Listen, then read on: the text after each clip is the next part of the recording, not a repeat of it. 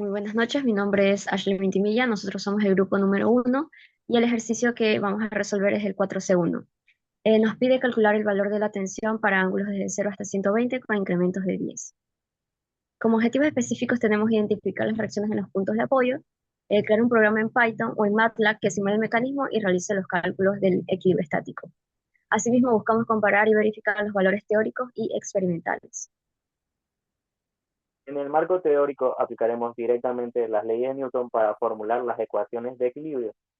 Utilizaremos primero la primera ley de Newton, sumatoria de fuerzas igual a cero, para garantizar que las fuerzas en los ejes X, Y, Z se cancelen, y la tercera para modelar las reacciones en los apoyos. El diagrama de cuerpo libre nos permite descomponer cada fuerza en sus componentes y verificar simultáneamente las condiciones de traslación y rotación, sumatoria de momentum igual a cero. En el procedimiento, primero realizamos un boceto manual y diagrama del cuerpo libre para definir las ecuaciones. Luego validamos geometrías y dimensiones con modelos en 2D y 3D en Inventor. Y a continuación desarrollamos dos scripts en Python donde se calcularán las tensiones y confirmamos el punto máximo de la tensión. Finalmente, montamos el prototipo de madera de pino y medimos con el dinamómetro, obteniendo datos fiables para comparar con los resultados computacionales. Luego tenemos el diseño de bocetos 2D y 3D. Primero se usó Inventor, esto ya que el programa está en pulgadas, el programa está en pulgadas y necesitábamos también en milímetros, teniendo las dos medidas. Siguiente. También tenemos el software Python, como ya se mencionó, para hacer los dos programas y herramientas que ya se mencionó más adelante. Tenemos materiales, madera de pino, fragmentos de triples y eso para la estructura. Tenemos un soporte metálico y eje cilíndrico, todo esto para sujetar el brazo, poleas, piola para las tensiones, ganchos de sujeción, ángulo metálico de 90 grados para asegurar que la estructura tenga las medidas, tornillos de madera y clavos para sujetar y la silicona. Luego en herramientas tenemos caladora, esto para cortar la madera, sierra para cortes más pequeños y precisos, destornillador estrella y plano para los diferentes tornillos, taladro para los huecos que necesito hacer, moladora para cortar el eje que era metálico, o martillo para los clavos, las lijas de diferentes granos para devastar la madera, para quitar las estillas y que quede bonito, y el estilete y la pistola de silicona. Aquí tenemos una imagen del prototipo final donde se puede ver el graduador y el dinamómetro en función. Luego tenemos una explicación de por qué cambiamos el lugar del dinamómetro, que ya se lo decimos. Para el cálculo teórico, primero iniciamos con el diagrama de cuerpo libre, descomponiendo el valor de la tensión en X y en Y. Y en el punto A obtenemos las reacciones en A, AY y AX. Asimismo, descomponemos la fuerza P en X y en Y. Realizamos la sumatoria de fuerzas en X, dando un resultado de la reacción de X igual a la tensión de seno de alfa menos el valor de la fuerza P, seno de teta. Asimismo, realizamos la sumatoria de fuerzas en X igual a cero, dando como resultado igual a Y de la tensión del coseno de alfa menos P coseno de t. Realizamos la sumatoria de momentos en A por conveniencia para eliminar las reacciones en A, dando como resultado este valor. Nosotros queremos tener la ecuación en términos de teta, por lo tanto buscamos descomponer el ángulo de alfa. Para esto utilizamos la ley de los senos, en el que tenemos 12 dividido para el seno de beta igual a 16 dividido para el seno de alfa. Despejamos el valor de beta por medio de la suma de los ángulos internos, sabemos que esto es igual a 180, y lo sumamos beta más 180 menos teta más alfa, dando como resultado este valor. Sabemos que aquí podemos utilizar la identidad de la resta de los ángulos, dando como resultado este valor. Eh, Dividimos la ecuación para poder simplificarla y tratarla de mejor manera a 4 y despejamos el valor de alfa, dando como resultado tangente a la menos 1 de seno de teta sobre 3 cuartos más coseno de teta. Reemplazamos el valor de alfa a la ecuación de la tensión, dándonos como resultado finalmente la ecuación. Para el desarrollo computacional del proyecto utilizamos WinPython como idea principal, gracias a la que pudimos escribir, ejecutar y depurar con facilidad nuestros scripts de análisis de tensiones. Diseñamos dos rutinas diferenciadas por el punto de inflexión geométrico en el ángulo 4181. La primera, para ángulos menores o iguales, calculando las tensiones con la configuración triangular invertida, donde los valores se dispersan aproximadamente desde 0 y decrece hasta 218 newtons en el ángulo 4181. La segunda, para ángulos superiores, evalúa cómo la proyección horizontal de la cuerda excede en el eje de la polea y genera una curva de tensión decreciente desde 218 newtons hasta 92.7 newtons en 120.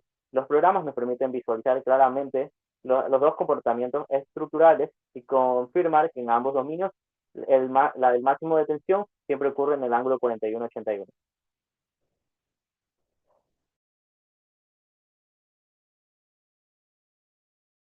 Luego tenemos análisis de resultados. Bueno, como ya lo mencionaron, tenemos la inflexión, el punto de inflexión en el ángulo de 41,81, y esto se debe a que con el cambio de ángulos, la distancia en X con respecto a donde está la cuerda de la tensión en el brazo, y la distancia en Y cambia y varía. Bueno, también una vez desarrollado el prototipo, se realizó dos tomas de datos para poder tener cálculo de errores y una comparación de ambas. Cuando realizamos estos cálculos, como lo mencioné antes, en la primera imagen se puede ver que el dinamómetro estaba pegado a la estructura en la parte de abajo, pero ahí la cuerda, al topar con la estructura en la estructura, generaba una reacción en Y. Y luego, como se ve en la segunda imagen, se colocó el dinamómetro a 90 grados para que no haya ninguna reacción con la estructura, y nos dio valores más precisos, ya que los anteriores nos daban valores incoherentes. La escala utilizada fue de 1,3 y la del peso sería 16,6 libras, pero la estructura no aguantaría eso, así que se usó una pesa de 0,57 libras y se sacó un factor para sacar la proporción y la escala. Ahí se puede ver la imagen, cuánto pesaba, cuánto se usó de pesa. Y está las mediciones para los ángulos de 120 hasta 30. Cabe aclarar que esto se dio, no se puede llegar hasta los 0 grados, ya que la pesa topaba físicamente contra la estructura y no nos permitía hacer mediciones correctas. Esto luego se menciona en recomendaciones. Tenemos las dos mediciones, luego tenemos proporción 1, proporción 2, esto es multiplicando por 87,72.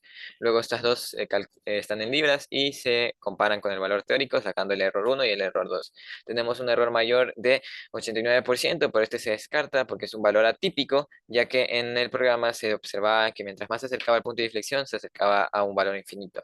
Luego, se puede descartar de este análisis es que, si se puede observar en la tabla, el valor desde 40 va disminuyendo, estando con un valor máximo en la primera medición de 183 y en el otro de 158, y luego disminuye, teniendo un comportamiento similar a los resultados que sacamos en Python. Esto se debe a la escala, ya que tenemos una escala de 1,3 y otra escala de 1,87,72 para el peso. Pero, como lo mencionado antes, se puede decir y aproximar que con una escala 1 a 1, tanto en mediciones y peso, los resultados que nos dio en Python no estarían tan alejados de la realidad. Como recomendaciones, recomendamos colocar el dinamómetro en dirección de la fuerza real, es decir, a 90 grados de, de la barra vertical. Esto se debe ya que en ciertos ángulos el dinamómetro marcaba un valor mucho menor el de la fuerza P aplicada. Como segunda recomendación tenemos aumentar la altura del eje del brazo para así poder obtener mayor libertad. Es decir, ocurrían problemas al momento de obtener los ángulos de 0 hasta 20 grados porque topaba con la superficie. Entonces, por eso se recomienda aumentar la altura del eje del brazo. Gracias.